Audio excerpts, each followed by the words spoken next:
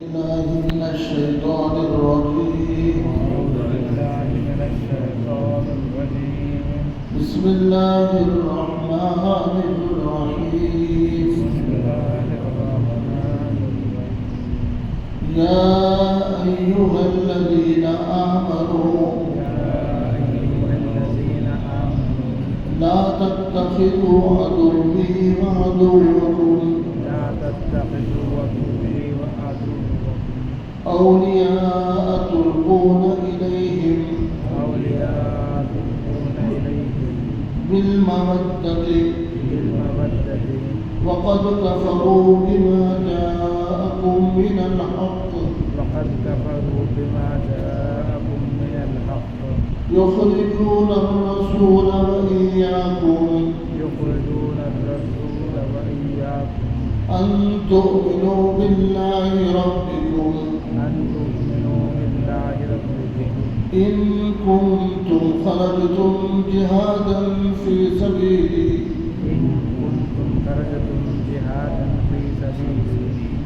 سبيلي وابتغاء مرضاتي تسرون إليهم بالمودة وأنا أعلم بما أخفيتم وما أعلنتم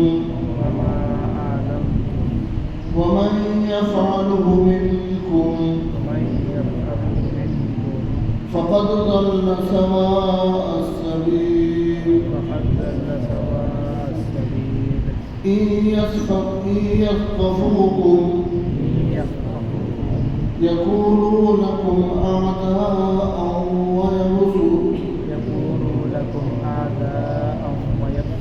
ويبسطوا إليكم أيديهم وألسنتهم بالسوء وودوا لو تكفرون لن تنفعكم أرحامكم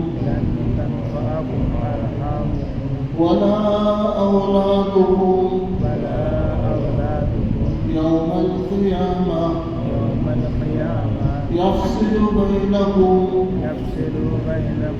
والله بما تعملون بصير. قد كانت لكم أسوة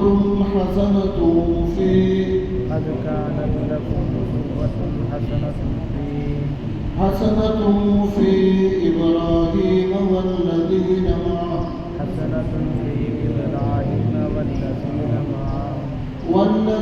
معه إذ قالوا لقومهم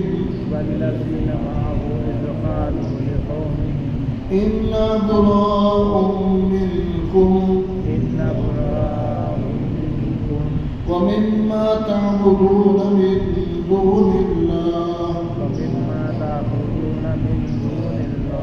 كفرنا بكم وبدا بيننا وبينكم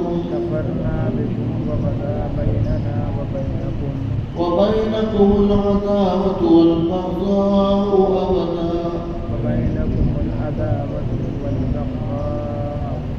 أبدا حتى تؤمنوا بالله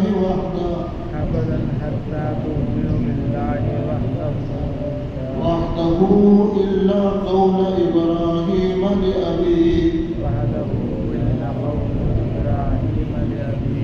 لأستغفرن لك وما أملك لك من الله من شيء ربنا عليك توكلنا وإليك أنبنا وإليك المصير ربنا لا تجعلنا فتنة للذين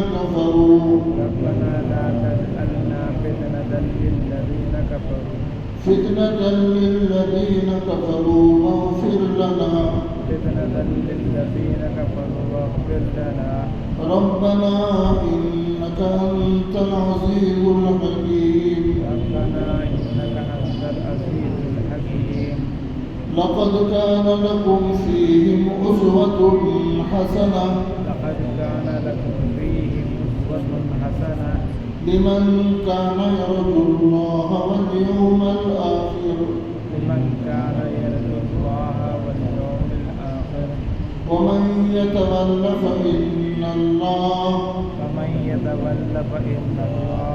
فإن الله هو الغني الحميد صدق الله العظيم.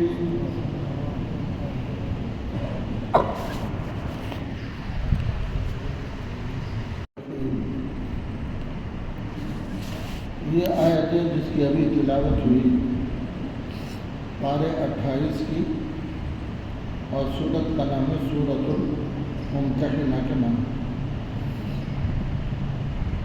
اس سورت میں 2 رکوع ہیں. یہ پہلا رکوع ہے. ہر سورت کا نام الگ الگ ہے. اس سورت کا نام سورہ ممتحنہ رکھا گیا. ممتحنہ امتحان سے ہے. امتحان کا مطلب یہ ہے کسی بندے کو کسی چیز میں آزمانا. ایمان والوں کو ان کے ایمان کا امتحان لینا ہے، آزمانا ہے. تو یہ ممتحنہ، اس کے 2 لفظ آتے ہیں. ایک ہے ممتحنہ، اس کے معنی امتحان لینے والا. دوسرا لفظ ہے ممتحنہ، جس سے امتحان لیا گیا. صحابہ یہ مراد ہے ممتحنہ سے مراد. ممتحنہ کے معنی ہے اللہ امتحان لینے والا. یہ دونوں چیزیں اس صورت میں بیان کی گئی. اللہ بھی امتحان لیے اور پھر بندوں کا بھی امتحان لیا گیا. اس واسطے اس سورت کا نام سورہ ممتحنہ لکھا گیا ہے. اس سورت میں 3 باتیں اس سورت میں ہیں. پہلی بات تو یہ ہے کہ یہ سورت کب نازل ہوئی. یہ سورت جو ہے صلح حدیبیہ کے بعد فتح مکہ سے پہلے نازل ہوئی. صلح حدیبیہ سن 6 ہجری میں ہوا تھا.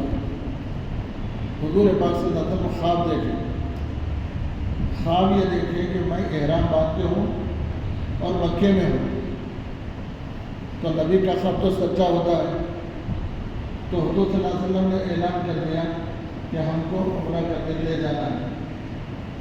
حالانکہ بہت ہی مشکل کے ساتھ سارے مکے والے مخالف رہے، تو حضور سے حکم دیا کہ ہجرت کر کے مدینہ کا خواب دیکھے.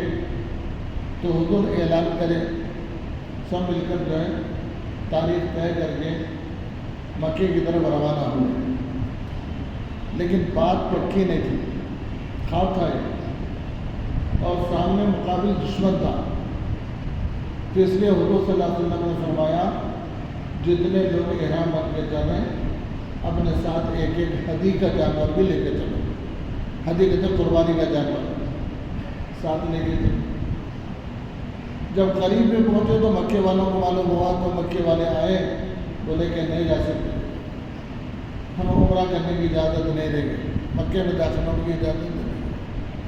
تو لمبی تفصیل ہے، کسی موقع سے سنیں گے. اس وقت حضور صلی اللہ علیہ وسلم کے اور مکے والوں کے درمیان میں ایک معاہدہ ہوا. ان لوگوں نے بھی کوئی شرطیں لگائی، یہ لوگ بھی کوئی شرطیں لگائیں. نتیجے میں ایک معاہدہ ہوا، اس کو کہتے ہیں صلح نامہ. اس کو کہتے ہیں صلح حدیبیہ. ایک مقام کا نام ہے، وہاں یہ بیٹھ کے بات چیت ہوئی. اس کے بعد فتح مکہ ابھی نہیں ہوا، سن 8 میں ہوا. اس سے پہلے جو معاہدہ ہوا تھا صلح نامے میں، کہ ہمارے آدمی تمہارے پاس آ جائیں، ان کو ستانا نہیں، اور تمہارے آدمی ہمارے پاس آئے تو ہم ان کو نہیں تکلیف دیں گے اور امن کے ساتھ رہیں گے، ایک دوسرے کے جو ہے چاہے مسلمان ہو چاہے کافر ہو ایک دوسرے کے اکرام کریں گے۔ یہ سورہ حدیبیہ میں بولا۔ لیکن ہوا ہے کہ مشرکین نے مسلمانوں کو ظلم کرنا شروع کیا، لڑائی جھگڑا قتل، اور خاص طور پر وہ مسلمان جو مدینے میں ہیں ان کے رشتہ دار مکہ مکرمہ میں ہیں اور مسلمان نہیں ہوئے وہ لوگ، لیکن جب ان مکے والوں کو معلوم ہوا ان کے بھائی وہاں ہیں، ان کے چاچا وہاں ہیں، ان کے خالہ وہاں ہیں، ان کے خالو یہاں ہیں، تو ان لوگوں پر مکے والے ستا رہے تھے۔ چنانچہ حضور صلی اللہ علیہ وسلم معاہدہ ختم کرنے کا فیصلہ کیا اور فتح مکہ کا اعلان کیا کہ ہم کو چڑھائی کرنا ہے۔ فتح مکہ کا تو بعد میں ہوا، چڑھائی کرنا ہے، ہم اپنا لشکر تیار کریں گے اور مکے والوں پہ حملہ کریں گے۔ یہ بات ہوئی، طے ہونے کے بعد میں مسجد میں بیٹھ کے حضور پلان بنا کتنے لوگ چلیں گے، کیسے کیسے چلیں گے، سلح پہن کے کتنے رہیں گے، اسلحہ پہن کے، سادے کتنے رہیں گے، گھوڑے پہ کتنے چلیں گے، پیدل کتنے جائیں گے، مکے کے چاروں طرف سے کون سے دروازے سے اندر داخل ہوں گے، یہ پورا پلان بنائے۔ مسجد کے اندر ایک صحابی ہیں جن کے رشتہ دار اہل و عیال مکہ مکرمہ میں ہیں، ان کو بہت ستا رہے تھے مکے والے۔ ان کے دل میں خیال آیا کہ میرے رشتہ داروں پر، میرے بچوں پر، میرے خاندان پر ظلم ہو رہا، ایسا کروں گا کہ ایک چٹھی، ایک تحریر مکے والوں کو بھیج دوں گا تاکہ حضور اور مکے کے حضور صلی اللہ علیہ وسلم کے صحابہ مکے میں حملہ کرنے کے لیے آ رہے ہیں، تو میرے اس خط کے ذریعے سے ان کے دل میں ہمدردی آئی، میرے خاندان کے لوگوں کو ستانا بند کریں گے اور میرے اہل ویال کی تھوڑی حفاظت ہوگی، یہ ان کے دل میں خیال آیا صرف۔ لیکن سچے صحابی ہیں، سچے صحابی، اور سب سے پہلی جنگ اسلام کی جو ہوئی بدر، جنگ بدر، اس جنگ بدر میں وہ شریک رہے۔ بڑی فضیلت حضور نے بیان فرمائی کہ جو بدر میں شہید ہوئے، اللہ کے نبی نے خوشخبری سنائی، اللہ کی طرف سے بیان، اللہ اس کے اگلے پچھلے سب گناہ معاف۔ ایسے بڑے صحابی، ان کا نام ہے حاتم ابن بلتا، ابو بلتا ان کا نام ہے۔ انہوں نے کیا کرے، ایک خط لکھے، چٹھی بنائی، چٹھی بنائی، اس زمانے میں کاغذ تھا نہیں، لگ رہا کسی طرح انہوں نے تحریر لکھی، لکھ کے مکے کے سرداروں کو روانہ کیا۔ لیکن کس سے بھیجے ہو؟ ایک خاتون جو ہے سفر کرتے ہوئے مکے سے مدینے سے گزر رہی تھی، مکہ جا رہی تھی، تو ان کو معلوم ہے صحابی کو کہ یہ خاتون جا رہی، اس کے ذریعے سے ہم اپنے خاندان والوں کو چھٹی بھیجیں گے، وہ لے جا کے مکے کے سرداروں کو پہنچائیں گے تاکہ وہ لوگ بھی تیاری کریں اور پھر ان کو معلوم ہو جائے کہ حضور پاک صلی اللہ علیہ وسلم اور صحابہ ہم پر حملہ کرنے والے ہیں۔ اور پھر دل میں ان کو پکا یقین ہے اللہ کے نبی جناب رسول اللہ صلی اللہ علیہ وسلم فتح ہوگی اور کامیابی ملے گی اور اللہ کے نبی کا دین ہی غالب ہوگا۔ لیکن پھر کیوں بھیجے چٹھی؟ وہ اس بات سے بھیجے کہ حضور پاک صلی اللہ علیہ وسلم کا اور صحابہ کا کوئی نقصان تو نہیں، لیکن میرے اہل وال کی تھوڑی حفاظت ہوگی، یہ نیت تھی۔ خط بھیجے، وہ خاتون جو ہے تاکید بھی کرے، اس کو بہت چھپا کے احتیاط کے ساتھ لے کے جاتا ہے۔ کیا معاہدہ کہ وہ تفصیلات نہیں، ٹھیک ہے۔ وہ خاتون نکلی اکیلی، اپنے گھوڑے پر سوار ہو گئے، اس نے اپنی چٹھی کی حفاظت جو صحابہ رسول لکھے، حاتم ابن ابی بلتا جو خط لکھے تھے، وہ خط اس نے اپنی چوٹی کے اندر چھپایا، چوٹی کے اندر، ہاتھ میں، بیگ میں، پرس میں، یا اس زمانے کا جو رواج تھا اس میں نہیں رکھی، بلکہ اپنی چوٹی کے اندر رکھ کے چوٹی کا جوڑا ڈال کے اچھی طرح چھپا دیا اس کو، روانہ ہو گئی وہ خاتون۔ تھوڑی دور یہاں سے پہنچی مدینے سے، اللہ کے نبی جناب رسول اللہ صلی اللہ علیہ وسلم مسجد میں تشریف فرما ہے، صحابہ بھی ہیں مدینے میں، سب صحابہ جمع ہیں۔ حضور نے فرمایا دیکھو بھائی ہم یہاں پلان بنا رہے ہیں مکے پر حملے کا، لیکن ایک عورت ہماری یہ سارے راز کو لے جا کے وہاں پہنچانے جا رہی ہے اور فلاں راستے سے گزر رہی، اور تم دونوں دو صحابہ کو کھڑا کیا، ایک کا نام روایت میں لکھا ہے حضرت علی تھے، دوسرے کا نام مسعود بھی، فرمایا کہ تم دونوں جاؤ فلاں پہاڑ پر، فلاں جو ہے چوٹی سے یہ خاتون گزر رہی ہے، حالانکہ اللہ کے نبی مسجد میں بیٹھے، حضور پاک صلی اللہ علیہ وسلم کو اللہ کی طرف سے خبر دی گئی، آپ کے صحابی خط لکھے، وہ خط لے کر ایک عورت جا رہی ہے، اسے پکڑ لو، اور حضور کو پورا نقشہ معلوم ہو اس وقت کہاں ہے وہ۔ حضرت علی رضی اللہ تعالیٰ عنہ کے ساتھی مل کے دونوں دوڑے ادھر، جس مقام کی طرف حضور نشاندہی کرے تھے وہاں دوڑے، دیکھا تو واقعہ کہ گھوڑے پر سوار یہ خاتون جا رہی ہے، حضرت علی نے اس کو پکڑ لیا، تو ادھر نیچے اتری، بولے کہاں جا رہے ہیں؟ بولے مکہ جا رہے ہیں۔ بولے وہ خط کہاں ہے جو تیرے پاس رکھا ہوا ہے؟ اس نے کہا کہ میرے پاس کہاں کا خط، میرے پاس کہاں کی تیری، کسی بھی تیری میرے پاس نہیں، بہت تفتیش کرے، بیاگ دیکھا، تھیلی دیکھی، کوئی چیز دیکھی، کسی میں اس کا خط نظر نہیں آیا، ہوتا یہ نظر نہیں آیا۔ اس کے بعد حضرت علی کہنے لگے اللہ کے نبی کا فرمان غلط نہیں ہو سکتا، اللہ کے نبی کی بات غلط نہیں ہو سکتی، سیدھے سیدھے تو بتا دے، اگر نہیں بتائے گی تجھے برہنہ کر کے ہم دیکھیں گے، ہم مجبور ہو گئے، کپڑے اتار دیتے بولے تو مجبور ہو گئی، اور حضور صلی اللہ علیہ وسلم کا فرمان سنا ہے کہ اللہ کے نبی کے بعد غلط نہیں، جو بولے وہ ہوتا ہے، خط ضرور ہے تیرے پاس۔ تو اس وقت وہ عورت جو ہے اپنا خط نکالی، جوڑا کھول کے چوٹی کے اندر جو چھپا کر رکھی تھی وہ خط نکال کے دی، تو بہرحال وہ خط لے کے حضرت علی وہ صحابی واپس ہو گئے حضور کے پاس، مجمع بیٹھا ہوا ہے، وہ خط پڑھے تو لکھا ہوا ہے حاتم ابن بلتا کی طرف سے، وہ بھی مجلس میں بیٹھ کے، حضور کے صحابی ہیں اور جنگ بدر میں شریک رہے گے، بہت بڑے صحابی اور مخلص صحابی، جب خط کی تحریر پڑھے تو صحابہ کے اوپر رنگ بدل گیا، غصے میں آ گئے، ہماری یہ میٹنگ، ہمارا یہ پلان فاش کر دے رہے، یہ تو بہت غدار ہے، یہ تو بہت منافق ہے۔ ایک روایت میں حضرت عمر، ایک روایت میں اور صحابی کھڑے ہو گئے، اللہ کے نبی سے اجازت مانگی، اللہ کے رسول مجھے اجازت دیجیے ابھی ان کا سر قلم کر دوں، یہ غداری کریں حضور کے ساتھ، صحابہ کے ساتھ، دین کے ساتھ، میں گردن مار دوں گی۔ اللہ کے نبی نے اجازت دے دی، بولے بیٹھو بیٹھو، ان کو بٹھایا، پھر حضور نے فرمایا یہ مخلص ہے، کوئی منافق نہیں ہے، یہ مخلص ہے، میں شہادت دیتا ہوں یہ مخلص ہے۔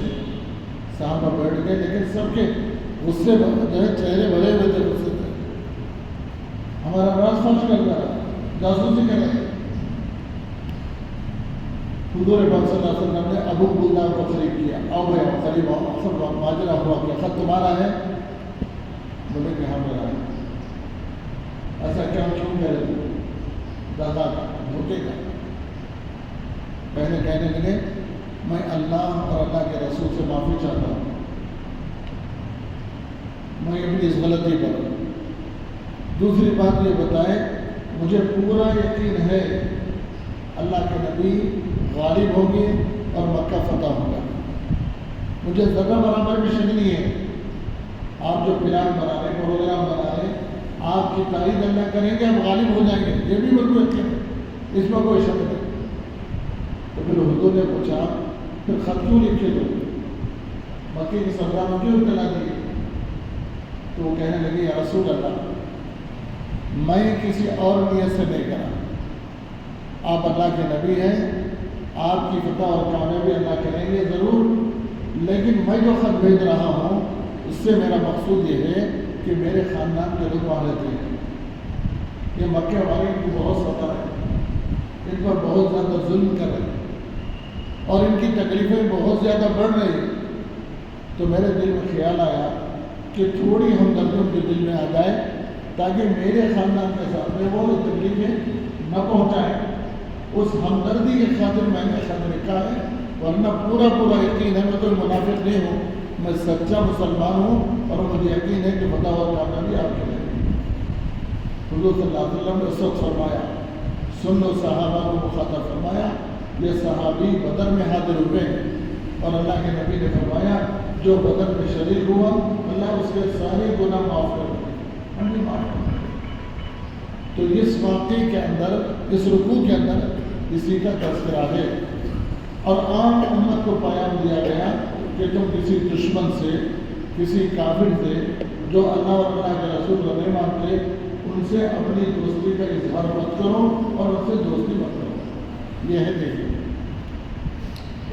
یا ایھا الذین آمنوا اے ایمان والو لا تتخذوا عدوی میرے دشمن کو مت بناؤ وعدوکم تو تمہارے دشمن کو اولیاء کیا مت بناؤ دوست مت بناؤ دوستی مت کرو.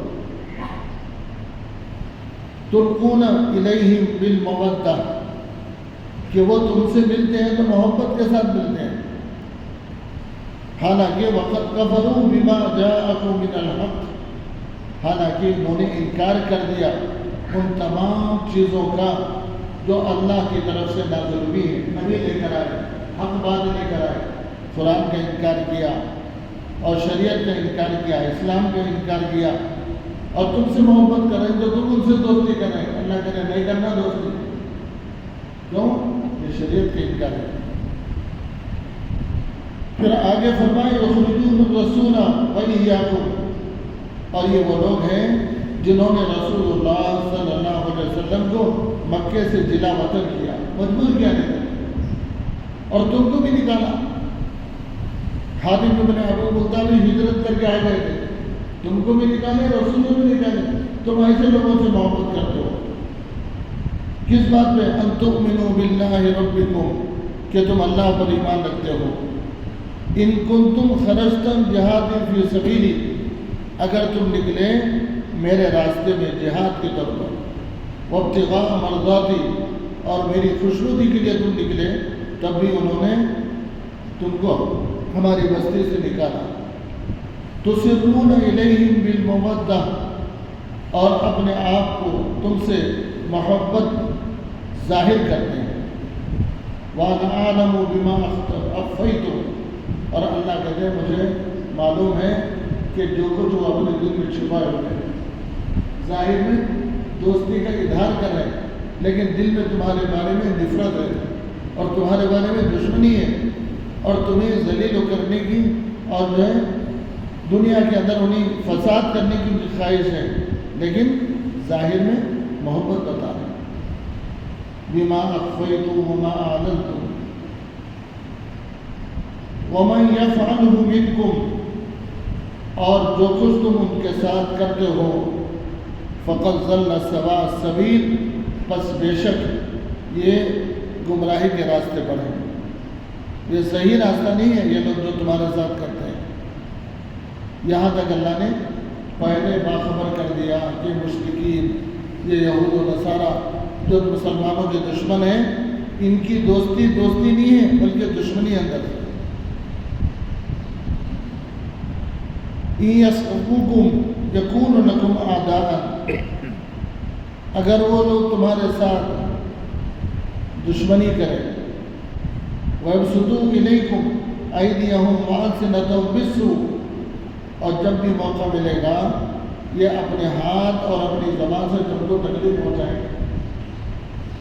ظاہر میں بات کر رہے ہیں تم سے، دل میں محبت کر رہے ہیں، لیکن موقع کا انتظار ہے. اگر جب بھی ان کو موقع ملے گا تو وہ تم کو تکلیف پہنچائیں گے.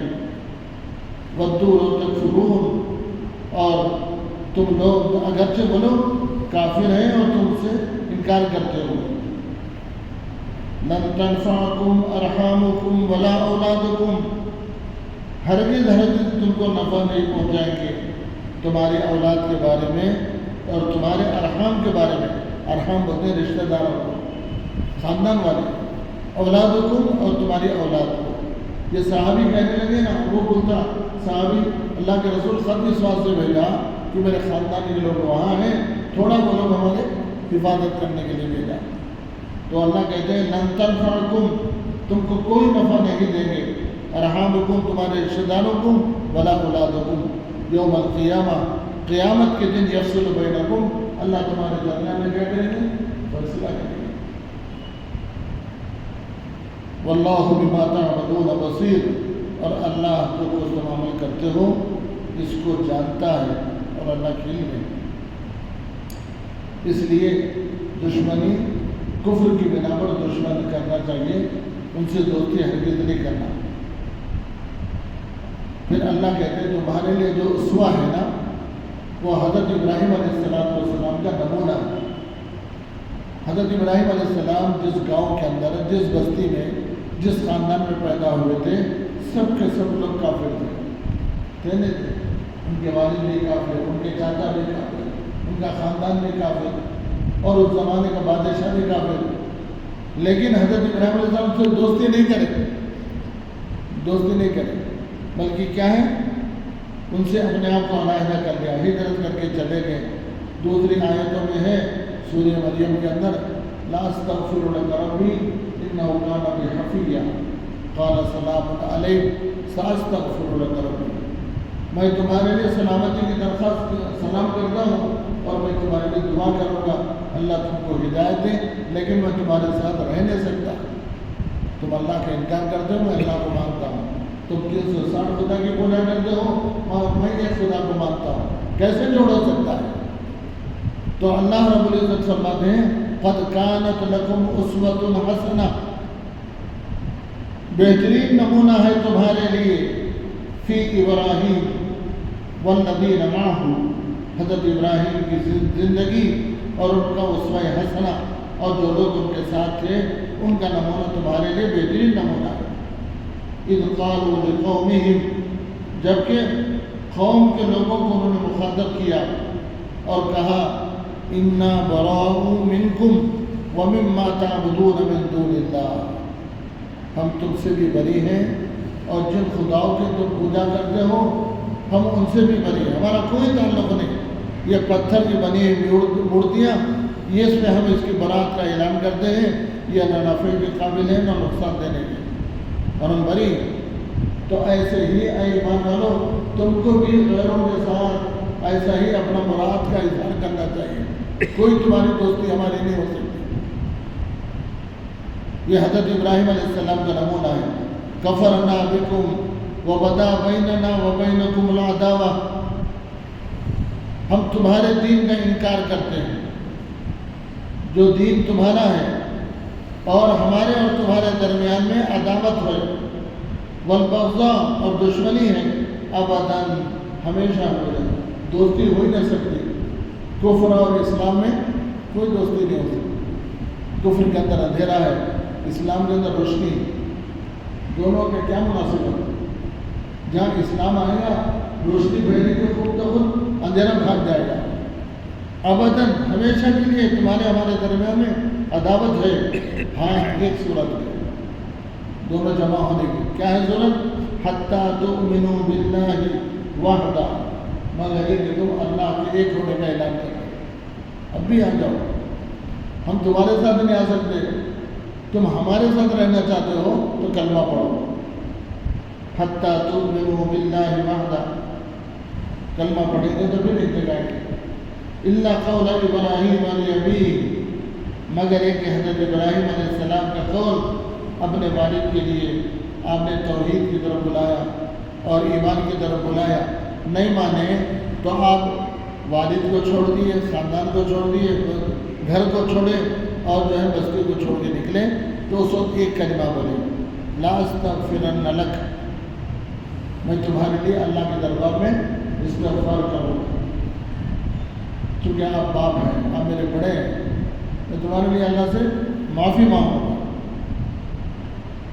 لیکن علماء نے لکھا ہے کہ کافر کے لیے استغفار نہیں کرنا پڑتا، کیوں؟ کافر ہے وہ، جہاں کفر ہوتا ہے وہاں اللہ کا غضب ہوتا ہے، اور دعا مانگنا، معافی مانگنا یہ اللہ کی رحمت ہے۔ پھر یہاں حضرت ابراہیم علیہ السلام مانگے نا، اس کی تفسیر میں علماء نے لکھا کہ دو قول ہیں۔ پہلا قول تو یہ ہے کہ حضرت ابراہیم علیہ السلام کی دعا اس وقت تھی جب تک اللہ نے ان کو منع نہیں کیا تھا، باپ ہونے کی محبت میں، لا استغفرن لک، میں تمہارے لیے دعا کروں گا، استغفار کروں گا۔ جب اللہ نے کہا ابراہیم وہ کافر ہے اور تم مومن ہے، ہماری رحمت و ایمان والوں کے ساتھ میں تم آئندہ سے نہیں کرنا، رک گئے۔ دوسرے جواب بعض لوگوں نے لکھا، بعض مفسرین نے، حضرت ابراہیم علیہ السلام اپنے باپ کے لیے استغفار کی دعا کرتے رہے، لیکن آپ کو معلوم ہے میرے استغفار کرنے سے ان کو کوئی فائدہ نہیں ہوگا، کیوں؟ استغفار کا فائدہ ایمان کے ساتھ میں ہے، اللہ کی رحمت کے حضور کا، میرے استغفار کا فائدہ نہیں ہوگا۔ پھر کیوں کریں؟ کم از کم باپ کو یہ احساس، یہ تسلی ہو کہ میرا بیٹا میرے لیے دعا کر رہا، اس کے لیے کریں۔ تو بہرحال فرمایا لا استغفرن لک وما املک لک من اللہ من شیء، دیکھو آگے دوسرا جملہ فرمایا، میں جو استغفاری کر سکتا ہوں اس کے علاوہ مجھے کوئی اختیار نہیں ہے۔ زبردستی کلمہ پڑھا ہو، زبردستی تمہارے دل کے اندر کلمہ میں ایمان ٹھوس دو، یہ مجھے اختیار نہیں، صرف میں دعا کر سکتا ہوں۔ تو حضرت ابراہیم علیہ السلام نے یہی جملہ فرمایا، لا استغفرن لک وما املک لک من اللہ من شیء، اس کے علاوہ کچھ بھی نہیں مجھے اختیار۔ جیسے حضور پاک صلی اللہ علیہ وسلم آخری وقت میں اپنے چچا کو جا کے دعوت دیے، تو کلمہ پڑھو، کلمہ پڑھو، نہیں پڑھے، انتقال ہو گیا، تفصیلات ہے۔ تو حضور کی آنکھوں میں آنسو آئے، دل کے اندر خیال آیا، اے اللہ میں تیرا بندہ، تیرا محبوب نبی، میرے ذریعے سے آپ کتنے ہدایت کے کام لیے، کتنے بندوں کا آپ نے ہدایت دی، میرا چچا تھا، وہ خونی رشتہ تھا، باپ کی جگہ وہ باپ بن گیا، میری پرورش کرا، لیکن اللہ میرا میری ایک تمنا پوری ہو جاتی تو اتنا اچھا تھا۔ یہ آپ کے آنکھوں میں آنسو آئے اور سرہانے سے اٹھ کے کمرے کے باہر آئے، تو حضرت جبرائیل علیہ السلام حاضر ہوئے اور قرآن پاک کی آیتیں پارے 20 میں وہ لے کر نازل ہوئے۔ اس میں اللہ نے فرمایا، انک لا تہدی من احببت ولکن اللہ یہدی من یشاء، بے شک اے نبی آپ جسے چاہے کلمہ نہیں پڑھا سکتے، جس سے چاہے ہدایت دے سکتے، ہدایت دینے والا تو اللہ ہے، تسلی دے دے، آپ کے ہاتھ میں کچھ بھی نہیں ہے، آپ کا کام تو پہنچا جانا ہے۔ یہاں حضرت ابراہیم علیہ السلام یہ کہتے ہیں، وما املک لک من اللہ من شیء، اس کے علاوہ مجھے کوئی اختیار نہیں۔ پھر آگے جملہ دعا کا ہے، ربنا، اے ہمارے رب، علیک توکلنا، ہم تو آپ ہی پر بھروسہ کرتے ہیں، اب نکل رہے بستی سے، اگلا قدم کہاں ہوگا، کس طرف ہم کو جانا ہے، ہمارے کھانے پینے کا، رہن سہن کا، بیوی بچوں کا، خاندان کنبے کا کیا ہوگا، یہ کوئی ہم کو بھروسہ نہیں ہے، لیکن بھروسہ صرف آپ کی ذات پر ہے۔ ربنا، اے ہمارے رب، علیک توکلنا، ہم نے آپ پر بھروسہ کیا، وإلیک انبنا، اور ہم آپ ہی سے ہر حالت میں رجوع ہوتے، ہر وقت آپ ہی کو پکارتے ہیں، وإلیک المصیر، اور سب کو لوٹ کر آپ ہی کے پاس جانا، یہ ہماری ضروریات ہے۔ ہم نکل گئے توحید کی حفاظت کے لیے، گھر چھوڑ کر نکل گئے، لیکن ہم کو کہاں جانا ہے، کس منزل پہ پہنچنا، کچھ نہیں معلوم، ہم تو آپ پر بھروسہ کر کے نکلے۔ یہ دعا مانگے حضرت ابراہیم علیہ السلام، پھر آگے دعا کا ایک اور حصہ ہے، ربنا لا تجعلنا فتنة للذین کفروا، اے ہمارے رب ہم کو کسی آزمائش میں مت ڈالے۔ قدم قدم پر اس وقت میں آزمائش میں آئے، خاص طور پر اہل ایمان، قدم قدم پر آزمائش ہے۔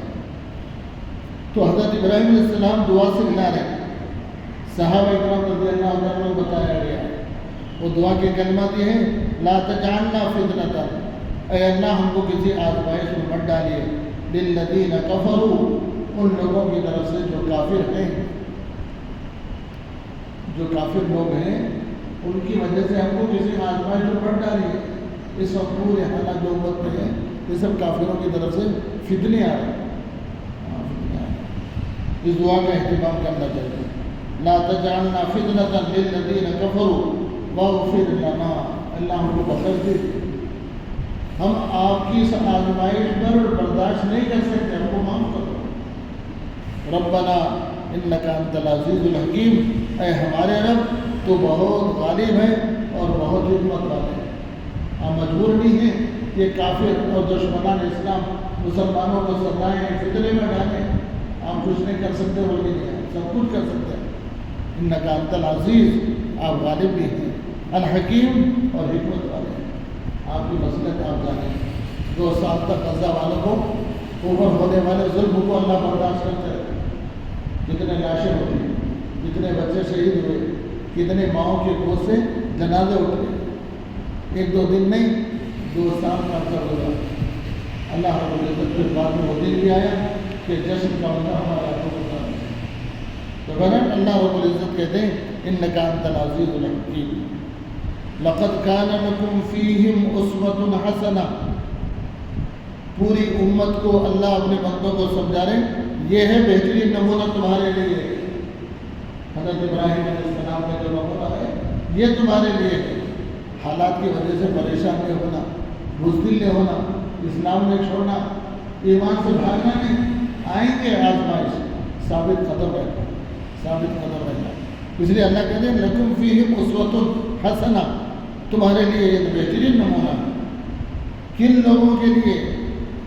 لمن کان یرجو اللہ والیوم الآخر، ان لوگوں کے لیے جو اللہ سے ملاقات کی امید رکھتے ہیں اور آخرت کے دن پر ایمان رکھتے ہیں۔ خالی کلمہ پڑھنا کافی نہیں، بلکہ کیا ہونا، ایک دن آئے گا کہ اپنے رب سے ملیں گے اور آخرت کے دن میں ہم اللہ سے ملاقات کریں گے۔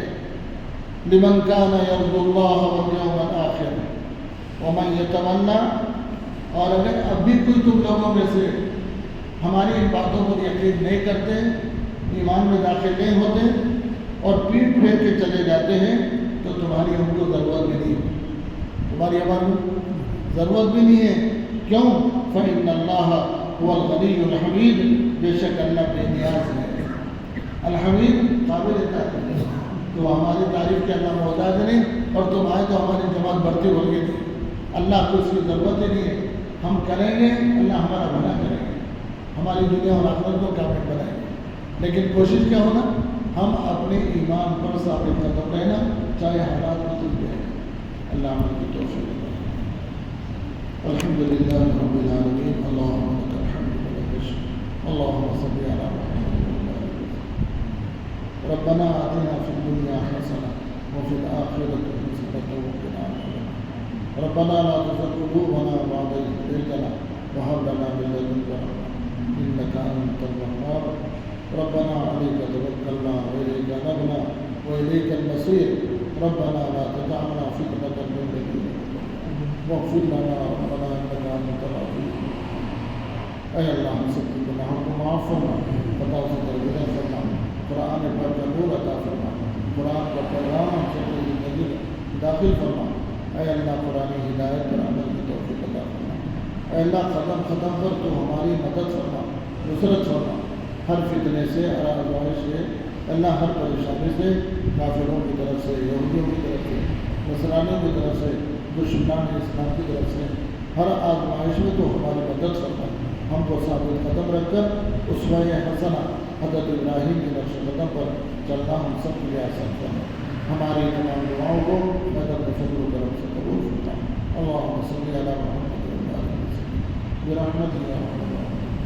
الحمد للہ.